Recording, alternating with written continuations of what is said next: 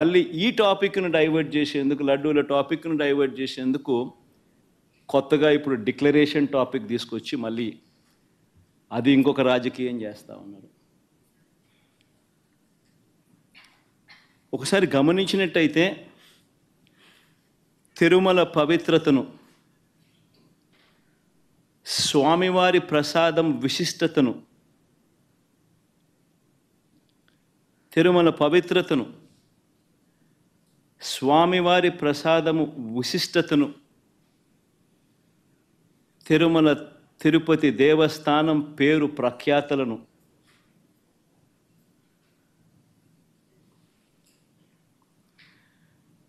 రాజకీయ దుర్బుద్ధితో, I repeat this word, రాజకీయ దుర్బుద్ధితో, జంతువుల కొవ్వుతో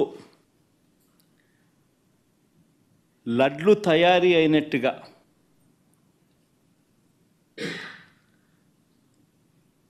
ఒక జరగని విషయాన్ని జరిగినట్టుగా, ఒక జరగని విషయాన్ని జరిగినట్టుగా ఆ కల్తీ ప్రసాదాన్ని భక్తులు తిన్నట్టుగా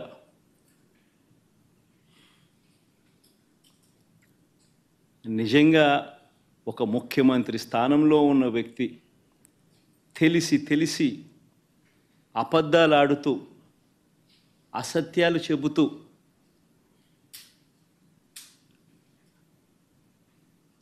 స్వామివారి పేరు ప్రఖ్యాతలను, లడ్డు, తిరుపతి లడ్డు విశిష్టతను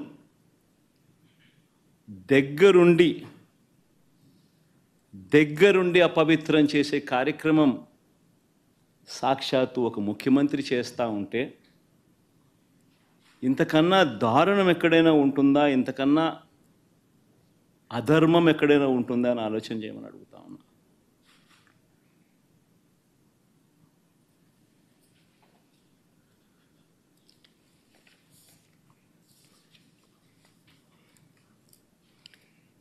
ఒకసారి వీటికి సంబంధించిన విషయాలు మరొక్కసారి పునరుద్ఘాటిస్తా.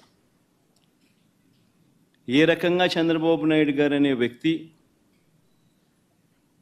ఏ రకంగా తాను అబద్ధాలు చెబుతూ, అబద్ధాలకు ఏ రకంగా తాను రెక్కలు కట్టాడు అన్న విషయాలను మరొక్కసారి మీ అందరికీ కూడా ఆధారాలతో సహా చూపిస్తా. రాష్ట్ర ప్రజలందరికీ కూడా, రాష్ట్ర ప్రజలే కాదు దేశ ప్రజలందరూ కూడా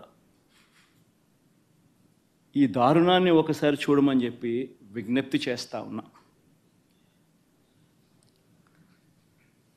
ఒకసారి గమనించినట్టయితే మామూలుగా ఈ టెండర్ల ప్రక్రియ, మామూలుగా ఈ తిరుపతి లడ్డుకు సంబంధించిన ఇవి కొనుగోలు చేసే నెయ్యి కానీ, ఈ పదార్థాలు కానీ కొనుగోలు చేసే ఈ కార్యక్రమం 6 నెలలకు ఒకసారి జరుగుతూ ఉంటుంది.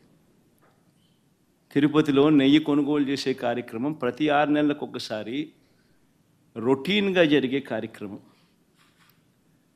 దీనికి సంబంధించి దశాబ్దాలుగా జరుగుతూ ఉన్న కార్యక్రమం ఇది. ఇదేదో కొత్తగా ఒకరి వల్ల ఇప్పుడు జరుగుతూ ఉన్న కార్యక్రమం కాదు ఇది. 6 నెలలకు ఒకసారి ఈ టెండర్లు పిలుస్తారు. 6 నెలలకు ఒకసారి ఈ టెండర్ల ద్వారా ఎవరైనా కూడా క్వాలిఫై అయితే ఎవరైనా కూడా పార్టిసిపేట్ చేయొచ్చు. ఈ క్వాలిఫికేషన్ క్రైటీరియా కూడా ఇప్పుడు ఏదో కొత్తగా పెట్టినవి అంతకన్నా కాదు. ఇవన్నీ రొటీన్గా దశాబ్దాలుగా జరుగుతూ ఉండేటివి. తిరుపతి లడ్డు అంటే విశిష్టత ఉంది. అలా తిరుపతి లడ్డు అని అంటే నా చిన్నప్పటి నుంచి కూడా తిరుపతి లడ్డు అని అంటే ఒక విశిష్టతగా దాన్ని చూసే పరిస్థితి. దాంట్లో ఉన్న టేస్టు వేరే లడ్లలో ఉండని టేస్ట్. ఇది మనందరికీ కూడా చిన్నతనం నుంచి మనమంతా కూడా చూస్తూనే ఉన్నాం. దశాబ్దాలుగా ఈ ప్రక్రియ జరుగుతూ ఉంది తిరుపతిలో.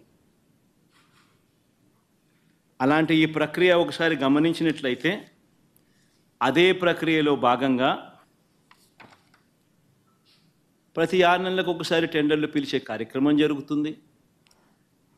టెండర్లలో ఎవరైనా క్వాలిఫై అయిన వాళ్ళు ఎవరైనా పార్టిసిపేట్ చేయొచ్చు.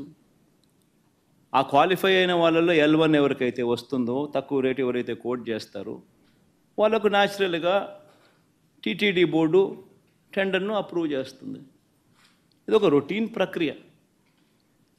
దీంట్లో గవర్నమెంట్కి సంబంధమే ఉండదు వాస్తవం చెప్పాలంటే.